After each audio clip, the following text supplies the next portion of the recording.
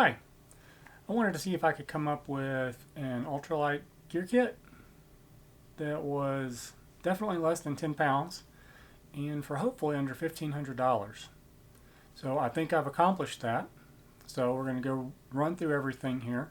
And instead of giving the weight for each item as I go along talking about it, I'm just going to, I'll have it posted down at the bottom of the video, and then there'll be a running tally as we add each item in. Alright, so let's get started. The first item is the backpack. It's the Gossamer Gear Kumo 36. This is not the lightest backpack out there, but it's got a good price point and it's light enough. It's got really good reviews and it appears to be fairly comfortable for a frameless pack. Now, of course, this pack is not water resistant, so it's going to require a pack liner. So we're going to throw in a nylofume pack liner. I like nylofume. I've had the same one now for close to 1,000 miles, 800, 900 miles or so, and they're way more durable than the trash bags or the trash compactor bags. And like 1,600 miles on the AT, I went through 4 or 5 trash compactor bags. They all split down at the bottom where it's seamed, the weld to that. You would just get pinholes in there, and it doesn't seem like it, but a small pinhole that can ruin your whole day. You'll soak up a lot of water on that thing. It's remarkable. The next item up is the tent. And for this, we're using the Durston XMid 1, not the Pro version, just the regular XMid. It's not quite as light as the Pro, which is made out of DCF, but it's got a good price point, and it's made out of sil poly. Now, the advantages of sil poly over, say, sil nylon is that the poly does not absorb water at nearly the rate that nylon does. The benefit of this is that when the tent gets wet from either rain or a damp night where you've got condensation on the outside of the tent, the tent fly is not going to be drooping and sagging on you due to water absorption. So the weight on this tent, this includes everything that you need to set it up. Now, this is a trekking pole tent, and there are trekking poles included later on in the list as well. So you'll have everything that you need: stakes, the fly, the inner, and the trekking poles. For the sleeping bag, I've selected the Enlightened Equipment Enigma 30 degree, and this is in 7D for both the outer and the inner. I find that 7D is more than durable enough. That's what I've got on my sleeping bag, and it's lasted perfectly well. There's no thin spots in it, and as long as you're not sleeping on pine cones or dragging this thing along across sharp rocks, 7D is going to be sufficiently durable. Do take a little bit of care with it. I mean, don't abuse the thing, but you're going to save quite a bit of weight going with the 7D fabric. Not a ton of weight, but enough that it's gonna matter. Now, the weight for this includes the quilt, the shock cords to keep it attached to your sleeping pad, and then also the stuff sack. For the sleeping pad, we're going with the therm-a-rest neoair xlite. I just went with regular on this as far as the weight and the price goes. I've slept on this pad for many a night, and it's extremely comfortable. I don't have the latest updated version, the NXT, but the one that I had was definitely better than the original. You don't have quite the crinkly sound, and with the wing valve, those are far superior to the original valve. And the NXT has got that same wing valve concept on it, and I think they've made some upgrades to the internals as well.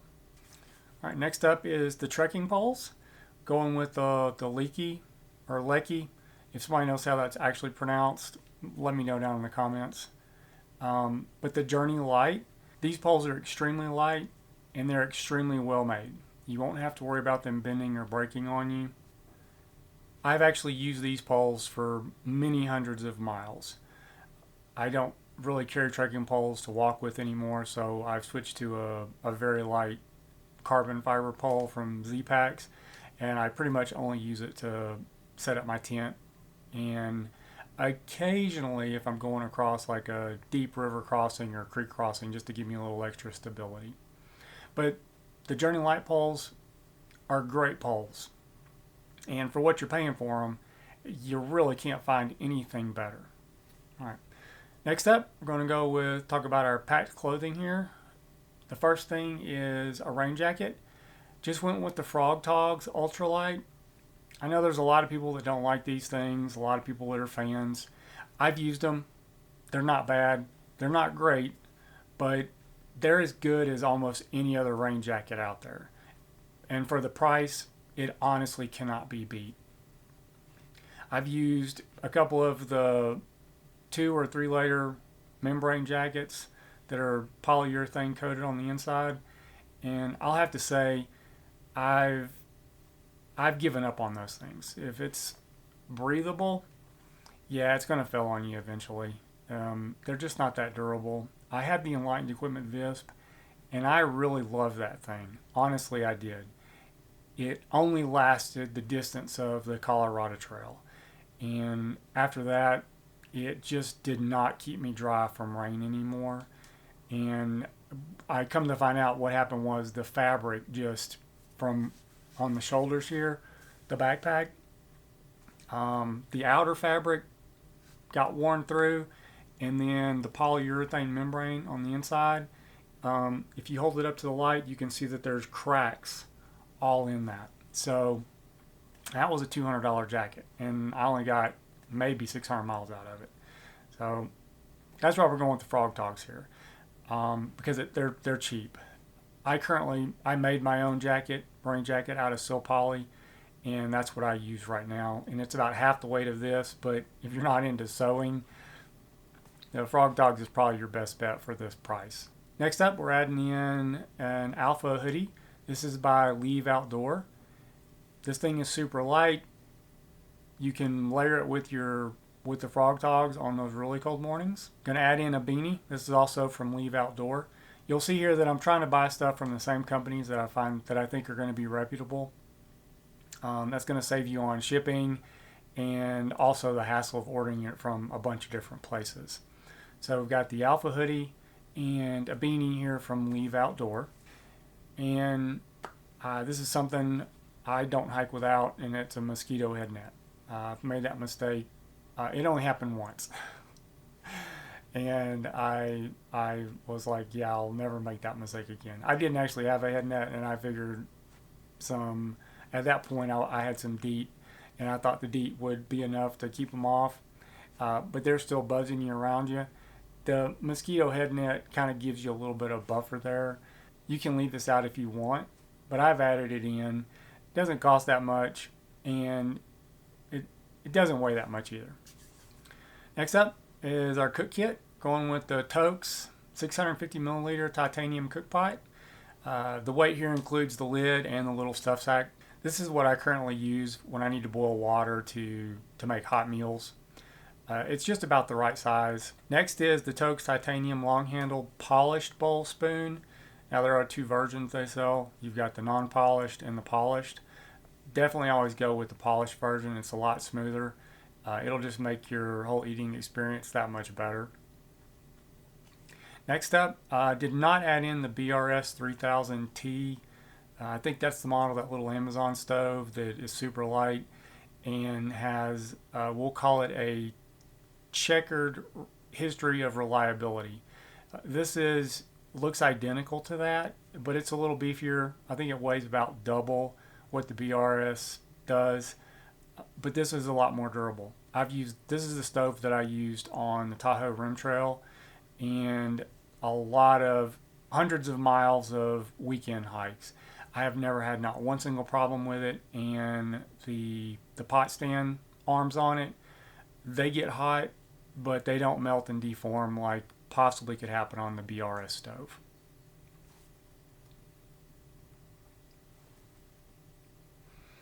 For the water filtering system, I've selected the HydroBlue VersaFlow. Now, I just bought one of these. I don't really have any experience with it, but I've had a lot of problems with my Sawyer squeezes and also the Sawyer Mini. This is about half the price of one of those, and I imagine that it would last you just as long as a Sawyer squeeze would. So that's why we've got that selected here. And this one's just a little bit lighter than the Sawyer squeeze as well. Then, of course, you've got a 1 liter bottle. I've added that into the weight. And then going with a 2 liter Evernew water bag. That's also what I have. Evernew makes pretty high quality stuff. I've had one of their bags before. Now going with a 2 liter bag. This will give you a total capacity of 3 liters. You can always add in another water bottle if you would like. For electronics, so I don't know if you've noticed, Anker has had a lot of recalls on a ton of their power banks. At first it was just like the really popular 10,000 milliamp, and it's since expanded to many other models. Now I have one of these power banks from this company. Again, I don't really know how it's pronounced, NEU or NU, INIU. Again, if somebody knows how to pronounce that, let me know down in the comments. Going with the 10,000 milliamp hour bank here. This is fairly light and it's pretty inexpensive. Going to also couple that with a charger, a 30 watt charger to keep it topped up when you're at your town stops. That charger, coupled with that power bank, it should get the power bank charged up fairly rapidly. So you can find chargers that are much lighter, but they're not going to have the wattage output. So you want to make sure that when you're looking at your electronics gear, if you're not going to be staying somewhere like overnight, you don't want to wait around for 6 or 7 hours waiting for your battery bank to charge up. So you want to make sure that you've got a charger that can supply the required wattage to the power bank to charge it up as fast as possible. And that's what I've done here. Now I like to use just quart-sized zipper bags. They're clear, they're lightweight, and it's usually something you have around your house. So we're going to throw in a quart-sized zipper bag here to store our electronics. Now I'm not adding into the price the weight of a phone, but I carry the iPhone 13 mini with the case, and you're looking at somewhere, for most phones, somewhere around 200 to 300 grams. So I've just added in the weight of the iPhone so you could see what the actual total weight is going to be with the gear that you would potentially be carrying. Okay, now we're getting into miscellaneous gear. We need a headlamp, so I've chosen the Nitecore NU20 Classic. This is probably the lightest headlamp you can get out there, and it's reasonably priced as well. This new one charges by USB-C versus the micro USB, so that's a huge plus. Also need a trowel to dig our cat holes. Leave no trace. You don't want to be leaving your poop all over the trail for other people to step in. Got one of those added in. This is not the lightest option out there, but it's reasonably light and it's relatively inexpensive. So I've also added in a PacTowel personal face towel. Now I have the PacTowel Nano, which I guess they don't make anymore, but this is very similar and about the same weight. Those things are absolutely handy for everything at all. It's probably one of those, kind of like the bughead net. This is one of those things that I just wouldn't hike without. It could be used to wipe down your tent, condensation, wipe your face off. I've used it to take a creek bath, keep the sun off the back of my neck. They're handy for all kinds of things. And although I'm not going to go over everything that I carry, for weight, I've gone ahead and added in some grams here for first aid and gear repair kit. Now, everybody's going to be carrying all kinds of different stuff for their first aid kit, what they would like. So just adjust the weight as necessary for your particular needs. Also going to throw in a zipper gallon bag. This gets used for trash, your food trash, your wrappers, any miscellaneous stuff that you might actually pick up along trail, bottle caps and that kind of thing. Under toiletries, I've got in the Dr. Bronner soap. I'm a big fan of this stuff. It gets used for all kinds of things. If you're carrying Leukotape, Dr. Bronner's comes in handy. If you want Leukotape to stick really well, you've got to be clean. Your skin has got to be clean. You can't just try to clean it with alcohol, because alcohol doesn't actually get you clean. It'll dissolve the oils and everything, but you're not actually removing any of the dirt. So the Leukotape will kind of adhere, but not great. It'll come off by the end of the day if you do this. But the Dr. Bronner's can be used to wash your hands as well, which is actually way better than carrying sanitizer, because sanitizer doesn't do anything for norovirus. So if you're worried about that, carry the Dr. Bronner soap. Got a bamboo toothbrush in there. Just throwing that in for a little bit of weight. To finish off the toiletries, we've got 2 quart storage bags. I store toilet paper in one. Keep your toilet paper separate from your toothbrush and everything, your Dr. Bronner's. The toilet paper stays in that one by itself, and then the other one is to keep all the rest of my toiletries in. I keep the Dr. Bronner's, the toothbrush, and everything else in there. My flossers, which I've added on here for a little bit of weight, all of that stuff goes into that one zipper quart bag. And then I've thrown in a little bit of weight for some lip balm. I think pretty much everybody carries lip balm. I guess you could probably throw that down into consumables because you're going to be like wearing it out. But let's be honest, you're not going to go through a whole tube of chapstick, and you're using micrograms with each application. So to be fair, let's just add it to base weight and be smart about it. All right, I think that's everything. So the totals are right there. We've landed somewhere between 8.3 and 8.4 pounds. That's well below 10 pounds, and that gives you the option to add in some luxuries and other things that you want. Maybe make some changes, possibly go with a heavier rain jacket, something that you already have. But you've got lots of wiggle room there. We've also come in well below $1,500. We'll go ahead and call it $1,600 because we've got to figure in there's going to be tax and shipping on a number of these things. Several companies, when you hit a particular threshold, you get free shipping, but budget yourself $1,600 just to be safe. All right, I think that pretty much does it. If anybody's got any questions, leave them down in the comments and I'll get them answered for you as soon as I can. Thanks for watching, and we'll see you next time.